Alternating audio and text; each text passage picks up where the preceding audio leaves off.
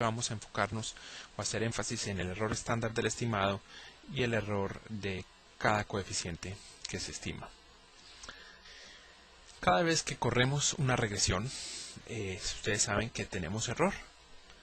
Y ustedes saben que ese error, como lo analizamos anteriormente, depende de qué tan bien se ajusta la regresión a los datos.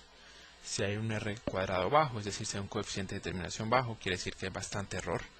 Si hay un R cuadrado que es alto, quiere decir que hay mucho más error en la regresión.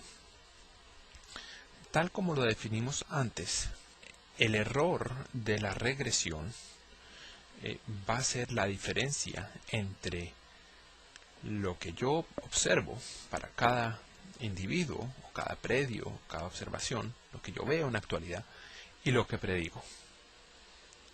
Ese es el RSS, el error residual, el error que no puedo explicar con mi regresión. En términos de un error estándar, entonces, es la suma de todos estos para cada observación, y menos y barra para cada una de las i's, sumado, dividido por n-2 y se saca la raíz cuadrada. ¿Por qué sacamos la raíz cuadrada? Porque los hemos elevado al cuadrado para evitar que se nos cancelen los positivos con el negativo, y se saca la raíz cuadrada simplemente para no estar hablando de errores al cuadrado, sino estar hablando de desviaciones estándar, de errores estándar. Si utilizamos los cuadrados serían varianzas estándar. Recuerden que la varianza es el cuadrado de la desviación estándar. Construimos entonces el error estándar de cada coeficiente que se estima. El error estándar del estimado, es decir, de cada coeficiente, se define como la razón entre lo que acabamos de presentar anteriormente, es decir, el error estándar de x y y, dividido por la diferencia entre el valor de cada observación x y la media de x elevado al cuadrado. Entonces estamos tratando de dividir la dispersión que existe entre y y sombrerito, dividido por x y menos x barra elevado al cuadrado. Esto nos va a dar una medida de qué tan preciso es nuestro coeficiente. Queremos un error muy bajo. Si el error es muy bajo, miren el numerador, es decir, la diferencia entre y sombrero va a tender a ser 0. Es decir, nuestro error estándar del estimado va a tender a ser 0. Si por el contrario tenemos un error bastante grande, ¿qué tan importante sea eso? Depende del denominador. Si el denominador también es bastante grande, es decir, si hay bastante variación en el denominador, cada xy está muy lejos de cada x barra, entonces eso nos va a ayudar. Es decir, sí, tienen bastante error, pero tienen bastante errores porque las x varían demasiado. Por el contrario, si tienen bastante error, pero las x están todas muy cerca a x barra, quiere decir que es muy fácil adivinar cuáles son los xy y no lo estamos haciendo muy bien. Tenemos un número grande en el numerador, un número muy pequeño en el denominador, luego el error estándar va a ser bastante alto.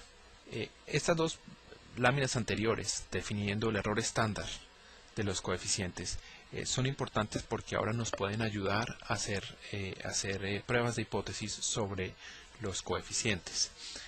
Hasta este momento hemos ignorado muchos de los resultados que salen de Excel, por ejemplo, que tienen bastante información sobre qué tanta confianza tenemos en el coeficiente que estimamos para cierta variable independiente.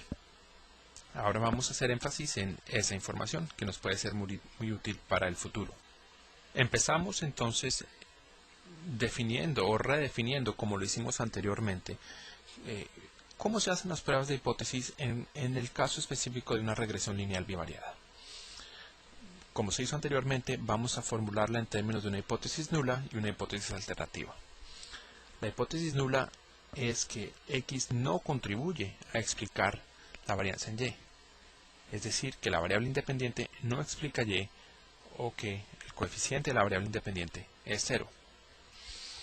La hipótesis alternativa es normalmente lo que motiva la investigación o la pesquisa. Es decir, que esperamos que haya una relación entre la variable independiente y la dependiente. Y por ende, la hipótesis alternativa puede ser que beta no es igual a 0. Hay que prestar bastante atención aquí porque es posible que la hipótesis alternativa sea que beta sea mayor que 0.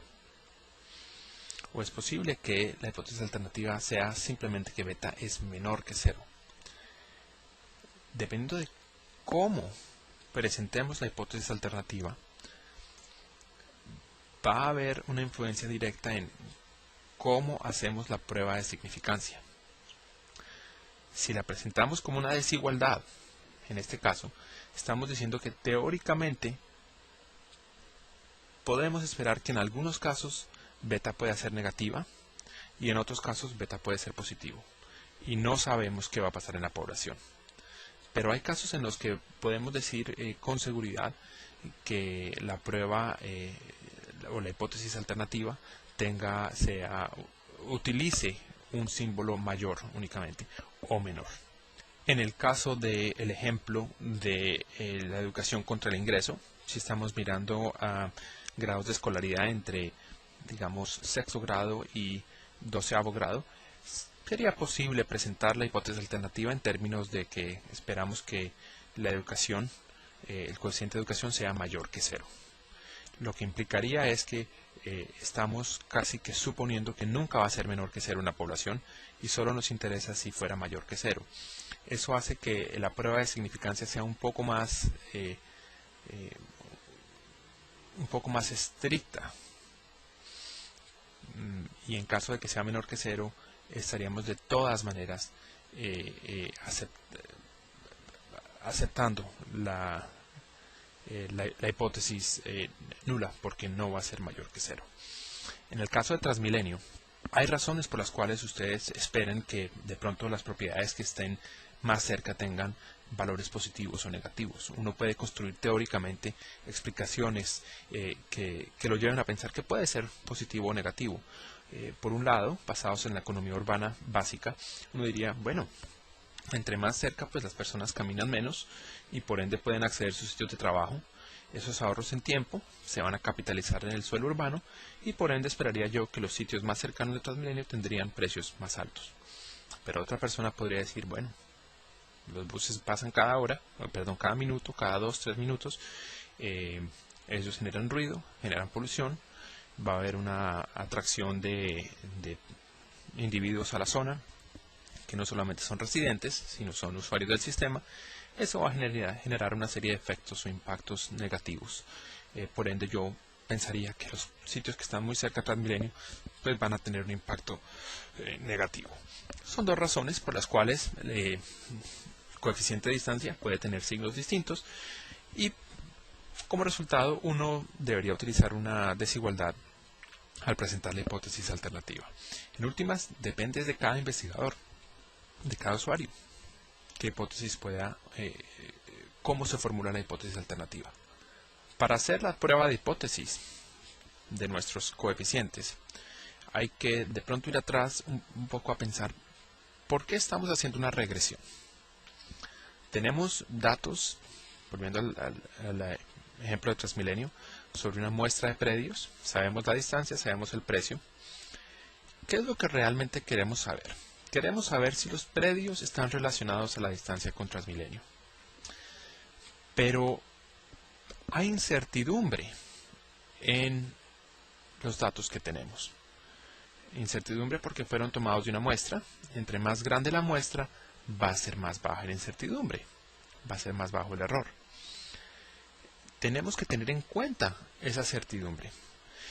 Piénsenlo de esta manera. Si yo tomo la población entera de predios, puedo mirar si hay una relación o no. Si el coeficiente es 0, no hay relación. Si el coeficiente no es 0, sí hay relación. Pero si no estoy observando toda la muestra, puedo encontrar que el coeficiente de distancia es 0.1 o 1 o 2, un número distinto de 0. Y sin embargo, puede ser que esto no sea cierto en la población. Puede ser que este resultado sea simplemente azar, es decir, un resultado ficticio a raíz del tipo de muestra que tengo en mis manos. Y por ende, lo que yo debería hacer es decir, bueno, no tengo mucha confianza en este estimado y por eso sugiero que no hay una relación a partir de la información que me da esta muestra. ¿Cómo se hace esta prueba de hipótesis? Esta prueba de hipótesis se hace utilizando la T de estudiante. Si recuerdan, esta T de estudiante se examinó en una clase anterior. Es una distribución que es muy cercana a la distribución normal, un poco más achatada en los extremos y va un poco más lejos hacia el infinito y hacia el menos infinito. Lo ajustamos con los grados de libertad, es decir, tenemos dos elementos de importancia. Uno es efectivamente el nivel de confianza con el cual queremos determinar si este parámetro es distinto de 0, y dos es cuánta información tenemos. Cuando tenemos muchos grados de libertad, es decir, cuando tenemos una muestra muy grande, la distribución T de estudiantes se parece mucho a la distribución normal. Entonces, necesitamos dos fuentes de información. Uno es el nivel de confianza y dos es los grados de libertad. Esto nos va a dar el T crítico. También tenemos que calcular el valor de T para nuestro coeficiente. Si el valor T para el coeficiente es mayor que el T crítico, o si es menor que el menos T crítico, se rechaza la hipótesis nula y se acepta la hipótesis alternativa. De lo contrario, se acepta la hipótesis nula, es decir, no hay una relación en la población a ese nivel de confianza alfa. Entonces, ¿cómo se calcula la estadística T? Recuerden, tenemos la estadística T y queremos compararla contra la T crítica. La T crítica viene de una tabla de estudiante T basada en el nivel de confianza que queremos y en los grados de libertad que tenemos. La estadística T viene de la conformación clásica de una prueba de hipótesis. Estamos mirando si B, que es la relación en nuestra muestra, menos la relación en la población dividida por el error estándar, está lejos o cerca de nuestra T crítica, es menor o mayor de nuestra T crítica. Debido a la hipótesis nula, estamos suponiendo que la relación en la población es 0. Ese es nuestro supuesto de la hipótesis nula. Por ende, al calcular T, lo que estamos haciendo es tomando la relación en nuestra muestra, que es B, lo que estimamos, puede ser 0, puede ser 1, 2, 3, menos 0, viene la hipótesis nula, dividido por el error estándar del coeficiente. El error estándar del coeficiente ya lo habíamos presentado anteriormente, es el error estándar de x y y dividido por la diferencia de cada xy menos x barra elevado al cuadrado. De ahí que si esa T crítica es mayor que T o menor que menos T, entonces rechazamos la hipótesis nula y aceptamos la hipótesis alternativa, que es precisamente lo que está en la parte inferior de esta lámina. De igual manera, podemos construir un intervalo de confianza. El intervalo de confianza se construiría utilizando la siguiente ecuación. Para cada coeficiente que uno calcula, le sumaríamos la T crítica por el error estándar de ese coeficiente.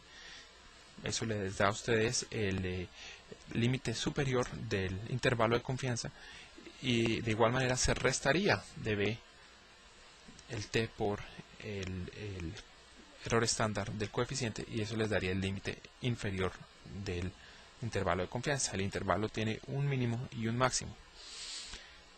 Estamos utilizando la T crítica aquí y no la T que estimamos. ¿Por qué? porque esto nos diría cuál es el rango con un nivel de confianza de alfa en el cual el beta verdadero estaría en la población. Podemos decir, por ejemplo, que con un 95% de confianza sabemos que el beta en la población está entre este rango.